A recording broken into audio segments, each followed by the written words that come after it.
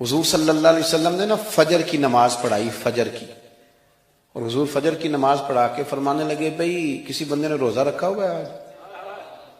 حضرت عمر کہتے ہیں رات کو میرا ارادہ تھا رکھوں، پر سویرے پھر میں نے گرا دیا، نہیں رکھا۔ حضور نے دوسری دفعہ پوچھا بھئی کسی نے روزہ رکھا ہے؟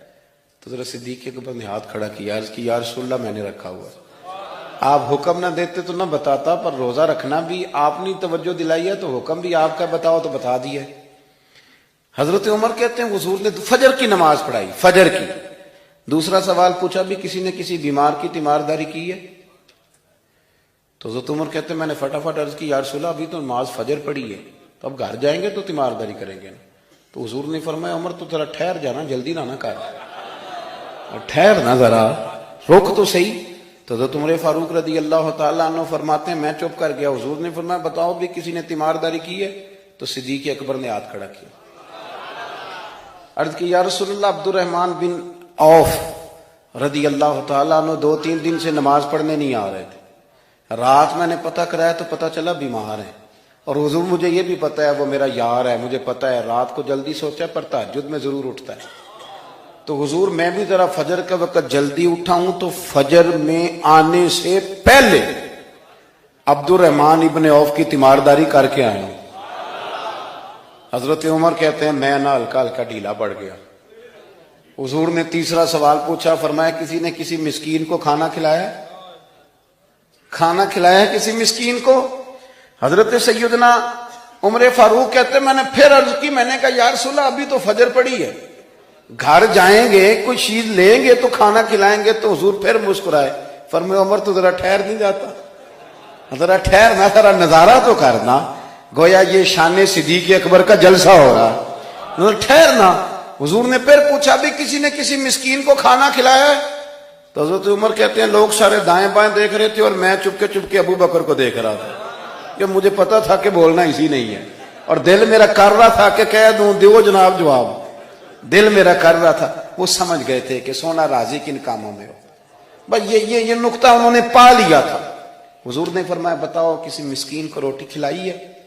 تو جناب سیدنا صدیق اکبر نے ہاتھ کھڑا کیا، عرض کی یا رسول اللہ سویرے اٹھا ہوں تو چھوٹا بیٹا بھی اٹھ گیا تھا، اور میرے وضو کرتے سنت پڑھتے ماں سے کہنے لگا بھوک لگ رہی ہے، تو ماں نے 2 روٹیاں بھی پکا دیں، تو حضور ایک اس نے کھائی دوسری اس کے ہاتھ میں تھی۔ جب ہم نکلے ہیں نا گھر سے تو دروازے پہ ایک فقیر کھڑا تھا، مسکین کھڑا تھا، کہہ رہا تھا رات سے بھوکا ہوں، کوئی دروازہ کھلنے کا انتظار کر رہا تھا، ابو بکر سب سے پہلے تیرا ہی کھلا ہے۔ تو حضور میں نا اس مسکین کو ایک روٹی کھلا کے آیا ہوں۔ حضرت عمر فاروق کہتے ہیں میں نے گردن جھکا لی، اور میرے رسول کریم نے فرمایا اے اللہ میرے ابو بکر پہ رحم فرما، اللہ میرے ابو بکر۔ وہ سمجھ گئے تھے، مزاج شناست سمجھ آ گئی تھی کہ حضور کن باتوں میں، اور نا اپنے اوپر وہ سارا کچھ طاری کر لیا تھا انہوں نے، طاری، ان کی ادائیں بالکل ڈھل گئی تھی نبی پاک کی اداؤں۔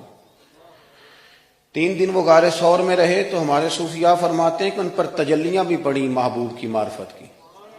جب مدینے آئے نا نبی کریم کو لے کے، تو کچھ لوگوں نے حضور کی زیارت کی تھی، کچھ نے نہیں کی تھی، تو کچھ آتے تو نبی پاک کی دستبوسی کر کے بیٹھ جاتے، حضرت ابو بکر سے ہاتھ نہ ملاتے، اور کچھ صرف حضرت ابو بکر سے ہاتھ ملاتے اور حضور سے ہاتھ ہی نہ ملاتے۔ میری بات پہ توجہ ہے آپ حضرات کی؟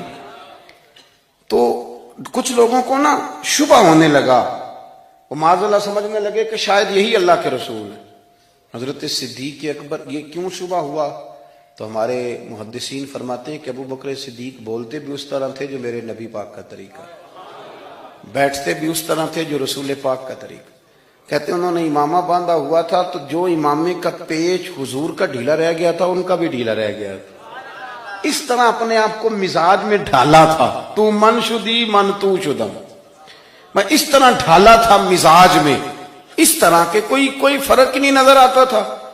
وہ کہتے ہیں جب حضرت ابو بکر صدیق نے دیکھا نا کہ لوگوں کو تو شک ہو رہا ہے، کوئی میرے ساتھ ہاتھ ملا کے بیٹھ جاتے، تو حضرت صدیق اکبر نے کہا کوئی ایسا کام کرنا چاہیے کہ پتہ چلے آقا کون ہے غلام کون ہے۔ اٹھے، کندھوں پہ چادر تھی، وہ اتار کے نا تو حضور پہ سایہ کر دیا، لوگوں کو پتہ چل گیا کہ سایہ کرنے والا کوئی غلام ہے، اور جس پر سایہ کیا جا رہا ہے وہ آقا ہے۔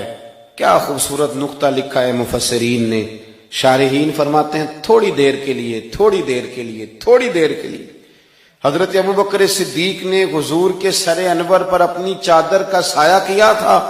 اللہ کے رسول نے احسان کا بدلہ یہ دیا، نیکی کا بدلہ یہ دیا کہ قیامت تک ان کی قبر پر اپنے گنبد کا سایہ فرما دیا، قیامت تک گنبد کا سایہ کر دیا۔